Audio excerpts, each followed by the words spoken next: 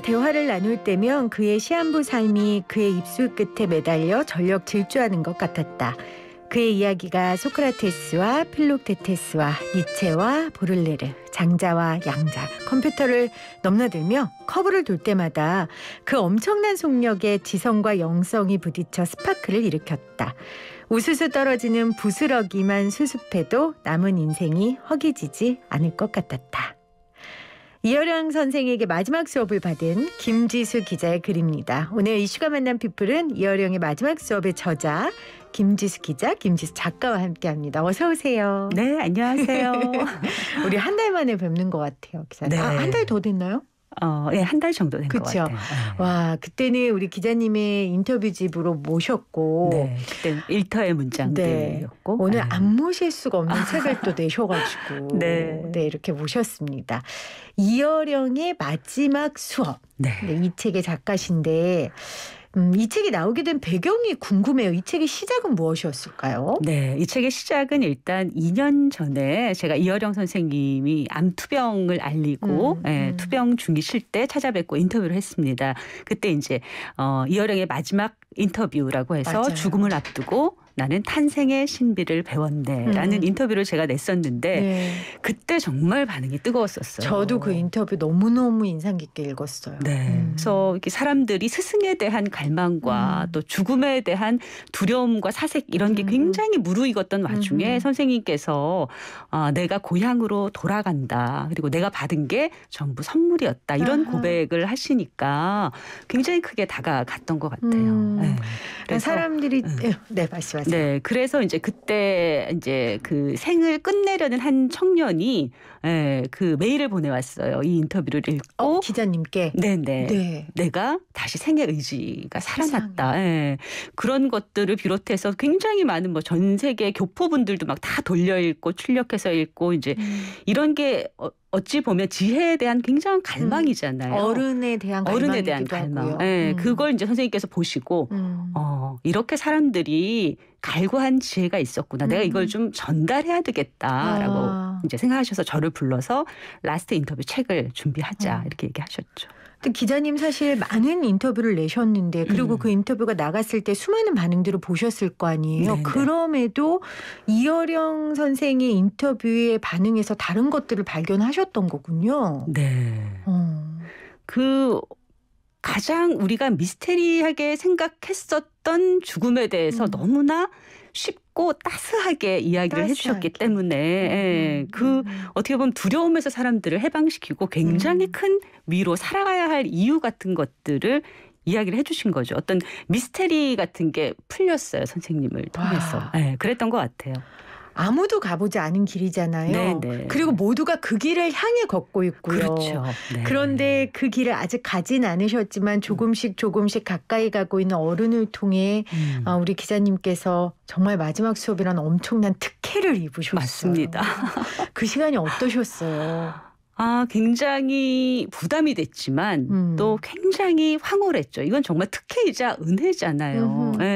그리고 이어령 선생님이라는 분이 제가 예전에도 느꼈지만 제가 어떤 서구의 시대의 석학이라고 하시는 분들을 참 많이 인터뷰했거든요. 맞아요. 근데 이어령 선생님은 그거보다 늘 한 차원 높아 있다라는 생각이 들어요. 어떤 석학보다도. 그 어떤 석학보다도. 왜냐하면 이분이 어떻게 보면은 그 동서양을 통찰하는 범위 자체가 굉장히 넓기 때문에 오히려 서구의 석학들은 서구 중심으로 보지만 그렇죠. 선생님은 그것을 함께 비교해서 더 넓은 범위에서 보기 때문에 지혜의 크기가 거의 뭐 범접할 수 없는 크기고요. 그렇죠. 이분이 뭐 빅뱅과 뭐 그 영성과 생명자본 뭐 양자 컴퓨터까지 다 이야기를 하시는데 그게 그 거대한 언어가 굉장히 작은 일상의 언어로 쪼개져서 아주 쉽게 설명을 해 주시잖아요.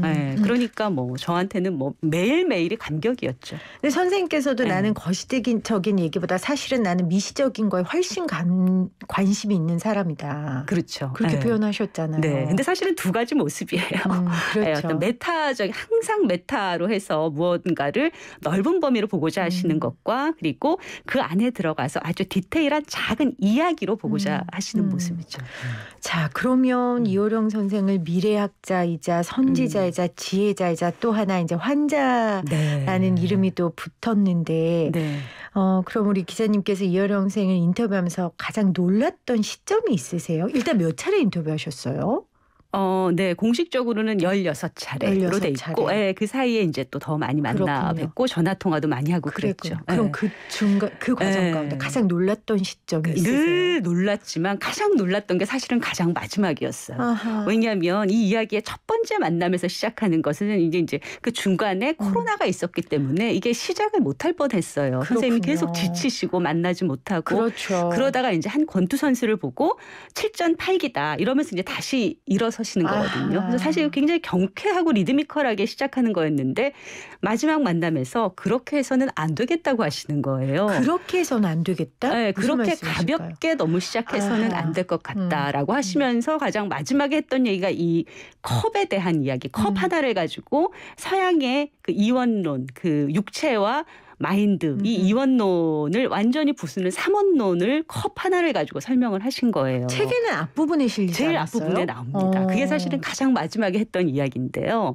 네, 그 컵이 육체고 그리고 컵 안에 있는 비어 있는 부분이 이제 보이드라고 해서 영혼이죠. 네. 그게 이제 그 우주와 연결되는 그 공간이고, 근데 그게 이제 물을 따르거나 와인을 따르거나 하면 컵이 채워지잖아요. 그게 마인드인 거죠. 그래서 육체가 부서지면 그게 죽음이죠. 그럼 그 안에 채워졌던 그 액체 마인드는 이제 쏟아지게 되죠. 없어지는 거지만 애초에 처음에 있었던 컵이었을 때, 그 컵의 본질이었을 때 있었던 보이드, 영혼은 늘 우주와 그 이후에도 연결되어 있다라는 이 말을 듣고 제가 너무나 놀랐습니다. 그러니까 보이지 않고 경험해보지 않은 세계를 비유를 통해서 눈에 보이게끔 설명해 주시는 그렇습니다. 거잖아요. 그러면서 내가 죽어도 그 컵 안에 비어있던 보이드로 내가 우주와 연결되어 있던 그 영혼으로서의 나는 계속 이어지는 거구나. 그래서 우리가 이 생에 책임이 더 있지 않겠어요? 죽는다고 끝나는 게 아니고. 그렇죠. 제가 오프닝에도 전두환 씨의 죽음을 또 이야기하기도 했는데 그 죽음 끝에 남는 게 미래 세대가 얻는 게 추징금밖에 없다면 너무 서글프고 그렇죠. 너무 불쌍한 인생이잖아요. 그렇죠. 근데 우리 이효령 선생은 이제 곧 육체는 떠나실지 모르지만 남은 영혼과 마인드가 우리에게 계속해서 흘러넘치게 하는 무언가를 내보내주고 계시는 거예요. 그렇습니다. 와, 그 사명감을 갖고 이걸 쓰셨을 텐데 이효령 선생이 사실 수많은 강연과 글을 통해 많은 메시지를 세상에 남겨 오셨는데 그럼 마지막 메시지는 그 이전의 메시지랑 좀 달랐습니까? 그게 이제 동시에 같기도 하고 다르기도 합니다. 사실 이효령 선생님은 제가 보기엔 매일매일 달라지세요. 어제 했던 생각이 하루가 지나면 또 달라지거든요. 근데 이제 그게 뭐 굉장히 반대로 변한다 이 이야기가 아니라 항상 어떤 공존하면서 좀 더 앞으로 나아가는 생각이에요. 가령 이제 모든 인간은 천사로 죽는다 이렇게 얘기하셨다가 아니야 모든 인간은 악마로 죽는 것 같아 또 이렇게 얘기하시거든요. 그게 이제 어찌 보면 사형수가 마지막에 사형수지만 그 어떤 마지막이기 때문에 생의 동밀함을 감각으로 느끼고 천사로 죽는다. 근데 또 인간이다 보니까 또 어느 순간에는 약간 심술궂어진 어떤 시점이 있다. 이렇게 말씀을 하시면서 결국은 이제 같은 얘기다. 라고 얘기를 하시기도 하고 이래서 더욱 저는 이제 인간적으로 느껴진 부분이 있고요.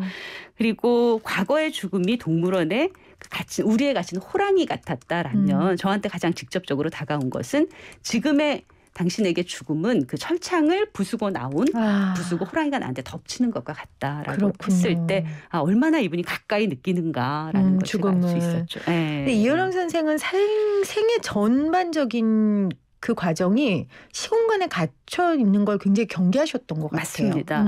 그래서 선생님이 저를 보고 이야기하실 때는 제 눈을 보는 것 같지만 항상 저 너머를 보고 있다라는 느낌이 드는 거예요. 그렇네요. 자, 오늘 이 시대의 지성 이효령 선생의 마지막 메시지, 이효령의 마지막 수업이라는 책을 지은 김지수 기자와 함께하고 있는데 기자님이 또 책 몇 권 선물로 가져오셨어요. 방송 들으시면서 샵 0945 우물정 0945로 신청해 주시면 저희가 몇 분 선정해서 이효령의 마지막 수업 이 책 보내드리도록 하겠습니다.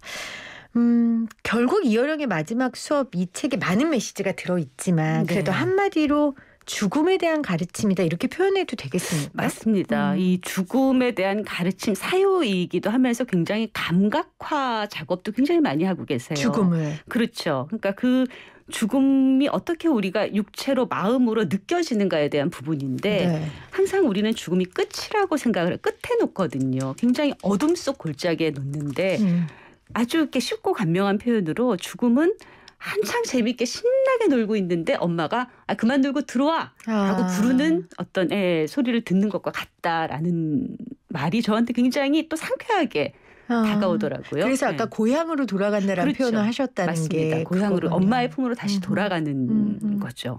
그리고 항상 어떤 그러니까 생의 끝이 아니라 생의 한가운데 있다라는 거. 장미꽃처럼 한가운데 있다라는 거. 환한 대낮에 있다라는 거. 죽음이. 네, 죽음이. 네. 죽음이 대낮에 있다? 네. 보통 죽음은 밤 끝 아까 말씀하셨던 우린 그렇게 생각하는데 그걸 어떻게 받아들여야 될까요? 네, 저는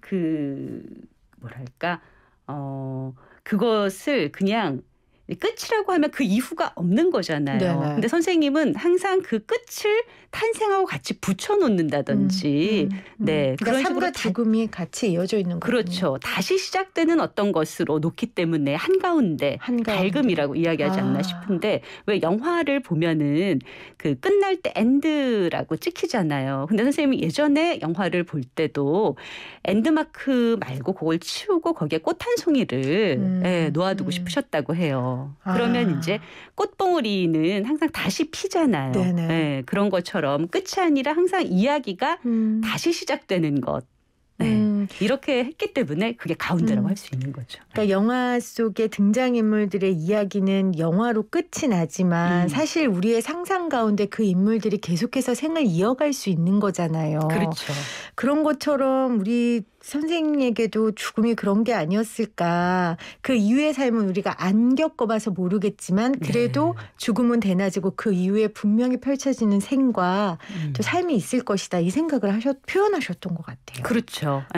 그리고 이제 이야기로서 계속 남아있는다라는 거 되게 중요하게 생각하셨던 것이 이 책 자체가 보면은 이 책도 이렇게 메비우스의 띠처럼 처음과 끝이 연결돼 있어요. 네. 네, 그 마지막 제가 에필로그에도 썼지만 한 여학생이 선생님을 찾아오잖아요. 찾아와서 이제 이거 약간 좀 오래전 이야기긴 하지만 너무 선생님을 존경하고 사랑하다 보니까 선생님 죽지 마세요. 그러니까 선생님이 그때는 야 내가 왜 죽어? 뭐 왜 갑자기 그런 얘기를 하는 거야? 그래서 쫓아보내셨대요. 그땐 죽음이 본인과 가깝지 않았으니까. 네. 근데 최근에 저한테 그런 말씀을 하시는 거예요. 누구를 가장 만나고 싶으세요라고 했더니 이제 뭐 돌아가신 어머니나 따님을 이야기하는 게 아니라 그 여학생을 다시 만나서 얘기를 해주고 싶대. 뭐라고요? 라고 하는 거예요. 왜 우리가 이제 엄마가 너무 애착이 심할 때 엄마한테 가서 엄마 죽지 마. 엄마 죽으면 안 돼. 이러면 엄마가 너 두고 왜 죽어 내가 이렇게 얘기하신다고 해요. 그럴 때는 그 엄마가 그래도 생명이니까 죽는다는 걸 알면서도 왠지 절대로 죽지 않을 것처럼 아이에게 느껴지잖아요. 치맛자락을 붙들고 있을 때. 그것처럼 선생님이 그 여학생의 마음을 이제야 이해가 돼서 그 학생을 붙들고 그렇게 나 안 죽는다. 절대 안 죽을 거야. 네 옆에서 계속 글 쓰고 말할 거야. 네. 든든한 어른의 마음 그리고 그 미래 세대를 향한 마음이 또 기자님 뭉클하신가 봐요. 그 얘기를. 네. 그래서 이제 그렇게 얘기하면 그 여학생이 되게 차가운 주차장 차고에서 본인에게 말씀을 하셨는데 그 주차장 차고가 막 장미 꽃밭으로 변해서 장미가 피고 막 팡파레가 울려 퍼질 것이다. 이제 이런 말씀을 하셨거든요. 그 말씀을 우리에게 주신 이유는 우리도 그럴 수 있다라는 그렇게 살라는 그런 메시지 아니겠어요? 아유 기자님이 얼마나 그 마지막 수업을 통해 은혜를 받으셨는지 맞습니다. 표현이 좀 그렇지만 느껴집니다. 지금 많은 분들도 이어령 선생님 얘기해 주시네요. 우리 9180님이 15년쯤 나왔던 이어령 선생의 한국인의 손 한국인의 마음이라는 책에서 서양인들은 개인 성향이 강해서 나이프로 고기를 자르고 자신의 것만큼만 포크로 음식을 먹고 한국 사람은 하나의 음식을 숟가락으로 나눠 먹는 문화에 대한 차이를 읽었을 때 너무 색다른 관점이었습니다. 건강하셨으면 좋겠어요. 있어요. 아쉬운 네. 마음이고 이 책도 꼭 사서 볼게요 하셨고요. 8412님은 치매 어머니 모시는 애청자인데 이어령의 마지막 수업 꼭 읽어보고 싶다고. 또 4156님은 존경하는 분인데 투병 소식에 마음이 아팠습니다. 저도 나이를 더할 때마다 드는 생각이 죽음이란 새로운 시작이 되지 않을까 하는 바람을 가져봅니다. 이렇게 보내주셨어요. 선생님께서 이 죽음에 대한 내용을 우리 저자들한테 얘기해주고 싶었던 이유가 있으셨을 것 같아요. 왜 이 죽음의 과정, 내가 느낀 죽음의 기록을 남기고 싶다. 왜 그러셨을까요? 그거 자체가 어떻게 보면 개인적으로는 선생님에게는 살아가야 할 이유, 삶의 의지가 되지 않았나 저는 그렇게 생각을 해요. 일단 근데 그게 평생 선생님께서 연구해 오신 주제였거든요. 그러니까 너무 선생님다운 결정이군요. 그렇죠. 메멘토 모리, 죽음을 기억하라는 말을 평생 해오셨고 항상 선생님 자신이 그 태어났을 때 입는 베네 저고리와 죽을 때 입는 수의를 한 몸에 입고 있다라고 생각하셨기 때문에 마지막에 선생님은 마치 죽음이라는 물 만난 물고기처럼 죽음 안에서 죽음을 이야기하면서 더 이렇게 살아계신 생명력을 느낀다고 해야 할까요? 왜냐하면 선생님은 제가 가면 늘 점점 더 야위어 가셨어요. 그게 눈에 보이셨군요. 눈에 너무 보이죠. 정말 이렇게 점점 종이짝처럼 얇아지시고 저러다가 먼지처럼 쓰러질지도 모르겠다. 저 육체에서 어떤 말이 나올까 싶을 정도로. 근데 불가사의하게 말을 시작하시면 이게 막 그 육체를 올려서 몸이 쩌렁쩌렁하면서 소리가 터지고요. 그러면서 몸이 점점 커지는 거예요. 그 영혼이 그 육체를 빌려서 말하는 듯한 느낌이었을 것 같아요. 맞습니다. 정말. 정확한 표현이세요. 네. 네. 그래서 선생님께서 이런 얘기를 하셨더라고요. 사람이 어떻게 끝나는가를 보고 기록하는 것이 내 삶의 마지막 갈증을 채우는 일이야. 내가 파고자 하는 최후의 우물이지. 암이 내 몸으로 번져가는 것을 관찰하면서 죽음에 직면하기로 한 것은 희망에 찬 결정이야. 맞습니다. 네. 기록한다라는 것이 너무 선생님을 살게 하는 힘인 것 같아요. 왜 저기 책 중에도 있지만 욥이 엄청난 고통을 당하면서도 이 반석에 이걸 적을 수만 있다면이라고 하는데 예, 그런 쓰는 힘, 말하는 힘, 기록의 힘 네. 그게 선생님한테는 굉장히 큰 생명력이지 않나 싶습니다. 그렇습니다. 네. 그래서 인위적인 치료를 지금 하시지 않으시고 죽음을 기록하고 계시는데 거기에 대해서도 이렇게 쓰셨어요. 병원에 들락달락하는 시간에 글 한 자라도 더 쓰고 죽자. 그것이 평생 메멘토 모리 죽음을 기억하라고 외쳐왔던 내 삶의 최후 진술이 아니겠는가. 종교인들이 죽음 앞에서 의연하던 말이 있어. 이렇게 남기셨습니다. 그럼 지금 선생님 몸 상태는? 네, 사실 어제도 통화를 했는데 네. 굉장히 안 좋으시고요. 근데 이제 그 YTN 청취자들한테 잘 당신의 이야기를 전달을 해달라고 또 그렇게 얘기를 하시면서 네, 어젯밤에는 임사체험을 하셨다 그러더라고요. 네, 그러니까 통증이 굉장히 심하다가 모든 것이 멈추면서 아무것도 느껴지지 않고 이렇게 바깥에서 보는 그런 임사체험을 하셨고 그래서 어쨌든 간에 죽음이 사실 우리 곁에 있어야 하기 때문에 병원에서 죽기보다는 사랑하는 가족에게 둘러싸여서 사람은 마지막을 맞아야 한다. 그래서 지금 서울대 의료팀 호스피스 팀하고 같이 이렇게 집에서 마지막을 맞는 그걸 하고 계시다. 선생님의 죽음이 또 하나의 우리 사회의 죽음에 대한 개념, 문화를 바꾸는 기점이 될 수 있을 것 같다는 그렇게 생각이 되기를 드네요. 원한다라고 하셨어요. 저희 방송 들어주시겠죠? 꼭 들려주세요. 지금 어디 왜냐하면 문자로 많은 분들이 선생님께 지금 이야기를 해주고 계셔서 6966님은 배달하다 말고 처음으로 문자 보냅니다. 어릴 적 감명 깊게 선생님 이야기 들었던 생각이 납니다 하셨고요. 그리고 3993님은 이어령 선생님의 디지로그 사고에 한때 매료됐었는데 누구나 한 번쯤 생각하는 죽음에 대해 명쾌한 정리까지 해주시네요. 2094님 박사님 건강하시길 바랍니다. 이렇게 보내주셨어요. 그래서 꼭 이 방송을 우리 이어령 선생님이 들으셨으면 좋겠다는 생각이 듭니다. 죽음에 대한 얘기지만 하지만 네. 즐겁게 나누셨던 것 같아요. 네, 이 맞아요. 즐거움이라는 게 많은 감정을 표현하고 있지만 어떤 주제가 제일 즐거우셨어요?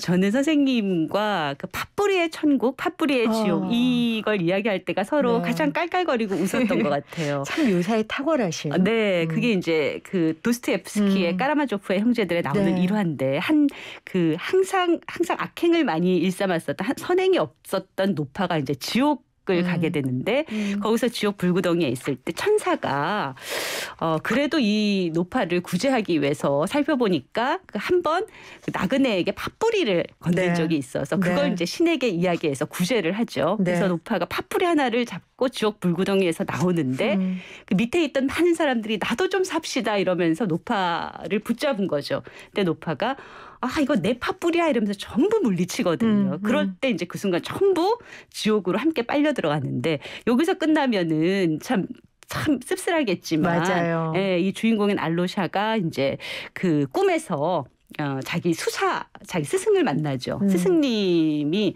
야, 너 여기 빨리 와. 여기 천국이야. 그랬더니 알로샤가 저는 못 가요. 저는 죄인이잖아요. 그랬더니 자기 스승이 야, 걱정 마. 여기 다 팥뿌리야.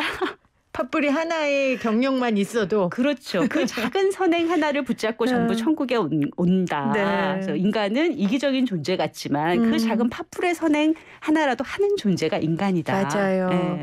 그러니까 이 책에도 하다못해 길거리에서 라이터 하나라도 빌려줬던 거야. 싫어도 본능적으로 타인에게 건넸던 거지. 그게 인간이야. 인간의 참모습이야. 네. 이렇게 표현하셔서 저도 네. 이게 위로가 되면서 제가 그래도 팥뿌리 하나는 주지 않았겠습니까? 네. 참 다행이다. 네. 선생님께서 워낙 많은 고전과 뭐 그 경험과 이걸 통해서 그 각자에게 맞는 또 상황에 맞는 비유와 묘사를 통해서 네. 이런 어려운 개념들을 표현해 주시는데 정말 탁월했던 것 같아요. 맞아요. 여기에서 그래서 선생님을 새벽에 먼저 깨어 홀로 우는 자라고 작가님께서 표현하셨거든요. 네. 새벽에 먼저 깨어 홀로 우는 자의 삶은 어땠을까요? 외로우셨죠. 외로우셨죠. 이 책 챕터에도 그래서 외로웠네라고 얘기. 꼬마일 때도 그렇고 또 이제 그 많은 사람들을 가르치는 교수일 때도 그렇고 항상 그 당신의 머리를 생각하고 우리의 상식에 항상 도전장을 던졌기 때문에 좀 뭐랄까 사람들이 얄밉게 많이 봤대요. 그럴 수 있죠. 그래서 이제 외로운 삶을 살아오셨다라고 하셨죠. 그래서 그 이화여대에 이제 강의를 하면은 수많은 그 학생들이 모여가지고 막 그 강의를 너무 좋아하는데 강의를 열심히 듣는데 스승의 날은 카네이션은 딴 교수를 주더라며. 어려웠겠죠. 그렇죠. 감히 이런 느낌. 그래서 존경은 받았지만 사랑은 받지 못했다라고 이제 흘러 지나가는 것처럼 얘기하셨는데 사실은 뭐 내가 너무 셀프 디스하는 거 아니냐 뭐 하시면서 웃으셨어요. 네. 아니요. 선생님의 삶은 인간적으로는 외롭다라고 표현하실지 모르겠지만 앞으로 제 세대가 끝나고 다음 세대도 선생님의 생각과 그 사유를 계속 공유할 것 같아요. 그렇죠. 그러면 외롭지 않으셨다고 감히 위로드리고 싶은 생각이 듭니다. 맞습니다. 선생님은 이 책이 어떻게 기억되길 바라실까요? 어떻게 활용되길 원하실까요? 선생님은요, 굉장히 많은 사실 여기 그 묵직할 수 있는 생애 주제들 그리고 굉장히 밀도 높은 지식의 이야기들이 많이 들어가거든요. 하지만 그것들이 우리 삶을 우리의 머리를 너무 짓누른다기보다는 되게 촉촉하고 다정하게 다가가서 어느 날 우리가 길을 걷다 낙엽 하나를 보고서도 선생님이 하셨던 말씀이 이제 문득 떠올랐으면 잠자기 전에 갑자기 선생님의 그 말씀이 이야기로 떠올랐으면 이렇게 촉촉하고 다정하게. 그리고 이 책을 읽어보시면 아시겠지만 굉장히 감정의 교류가 많습니다. 맞아요. 그게 느껴지더라고요. 네, 그래서 제가 제자로서 사실은 굉장히 방황하는 한 작은 인간으로서 이제 스승을 찾아가는 그런 이야기이기 때문에 그런 좀 벅참과 환희와 쓸쓸함과 이런 감정의 물살을 타고 함께 그 물살에 금방 이입이 되더라고요. 그래서 네. 여러분들이 이 책을 통해서 그 마지막 수업을 청강한다는 느낌을 받으실 수 있을 것 같아요. 그러면 이 책을 쓰신 우리 작가님은 이 책이 어떻게 사용됐으면 좋겠습니까? 저도 뭐 마찬가지 생각인데요. 그냥 어느 날 제가 이제 프롤로그에 썼는데, 예, 그 무서운 꿈, 슬픈 꿈을 내가 꾸고 있다. 너무 외롭다. 너무 암울하다라고 느낄 때 그냥 아무 장이나 펼쳐서 봤을 때 그런 스승의 위로의 말이 내 빈 가슴의 구석을 채워서 네, 좀 이렇게 충만해졌으면 좋겠어요. 그래서 이렇게 쓰셨군요. 궁극적으로 이 책은 죽음 혹은 삶에 대해 묻는 이 애잔한 질문에 아름다운 답이다. 더불어 고백건대 내가 인터뷰어로서 꿈꿀 수 있었던 가장 달콤한 꿈이었다. 이렇게 고백을 하셨어요. 그렇죠. 죽음과 삶에 대해 묻는 건 참 애잔해요. 그렇죠? 네. 그러고 보면 인간이 다 애잔하고요. 네, 지금 밖에서 끊으라고. 아, 정말 이거 몰입하고 싶은데 이게 또 삶 아니겠습니까? 네. 삶은 시간이 정해져 있다는 거. 그래서 오늘 인터뷰는 한정된 시간 내에서 멈춰야 되지만 또 이 책 마지막 수업의 메시지는 이 시공간을 초월해서 살아있을 거라고 믿습니다. 오늘 이렇게 함께해 주셔서 고맙습니다, 기자님. 네, 감사합니다.